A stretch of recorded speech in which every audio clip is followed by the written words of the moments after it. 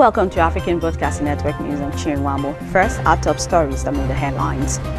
Nigeria Labour Congress has expressed optimism of a minimum wage raise by the government. Minister for Finance Edwards Ilus Kluma has joined other finance ministers and central bank governors hailing in a discussion within the joint International Monetary Fund. U.S. President pledged to back Israel in facing insecurity challenges during his first official meeting with Israeli Prime Minister. Arsenal manager said Arsenal is mentally collapsed in the Champions League last 16 first leg.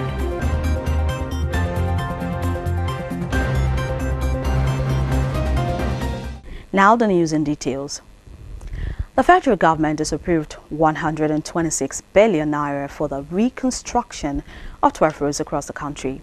The approval was formally made by the Federal Executive Council, FEC, in a meeting presided over by the acting president, Professor Yemi Osinbajo, at the Presidential Villa, Abuja. The Minister of Power, Works and Housing, Mr. Babatunde Fashola, who was joined by his counterparts in the Ministries of Health, Professor Isaac Adewale, Budget and National Planning, Udoma, said the roads would reduce time spent on the roads during journeys and restore confidence in the construction industry when completed. He said the roads are the Duka Gulu Road in Kano, Bauchi, Adamawa, Kwara, Gombe Adamawa, Kano, Enugu, Kaduna, Bauchi, and Gombe. However, the Minister of Budget and National Planning said the plan that is being approved is expected to drive economic recovery and lay the foundation for longer-term growth, as well as improve the competitiveness of the Nigerian economy. He added that the goal of the plan is to have an economy with low inflation, stable exchange rate, and a diversified, inclusive, and sustaining growth. Also speaking, the Minister of Health, Professor Isaac Adewale, said FEC also approved a new national health policy, making it the third for the country, adding that the title of the policy is Promoting the Health of Nigerians to Accelerate Socio-Economic Development. Meanwhile, the minister had disowned a university don who recently came up with cure for HIV/AIDS, adding that the ethical standards were not followed in the experiment. The Nigeria Labour Congress has expressed optimism of a minimum wage raise by the government.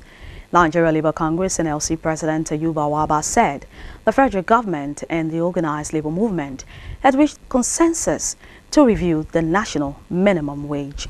Waba said a consensus was reached during the sitting of the Technical Committee on Palliatives.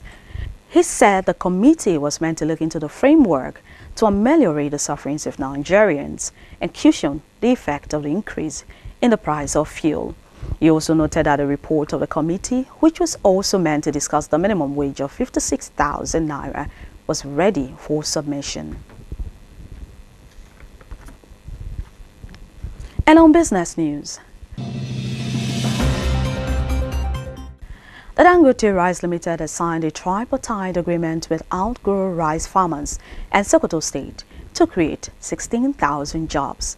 Chairman of Dangote Rice Limited, Aliko Dangote, said he decided to go into rice cultivation because of the genuine interest of the federal government to revive agriculture as the mainstay of the economy and reduce importation of foods that could be produced locally.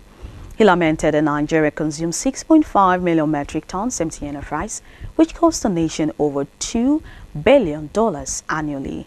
Dangote added that it was encouraging that the federal government now has policy direction that encourages private sector's participation in agriculture.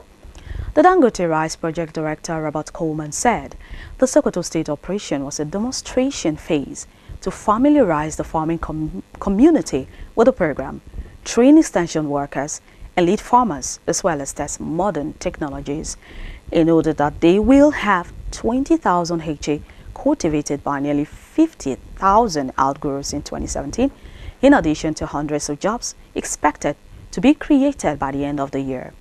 Also speaking at the event, Governor Aminu Waziri Tambawa said the coming of Dangote to invest in the state was as a result of his sustained effort towards inviting prospective investors.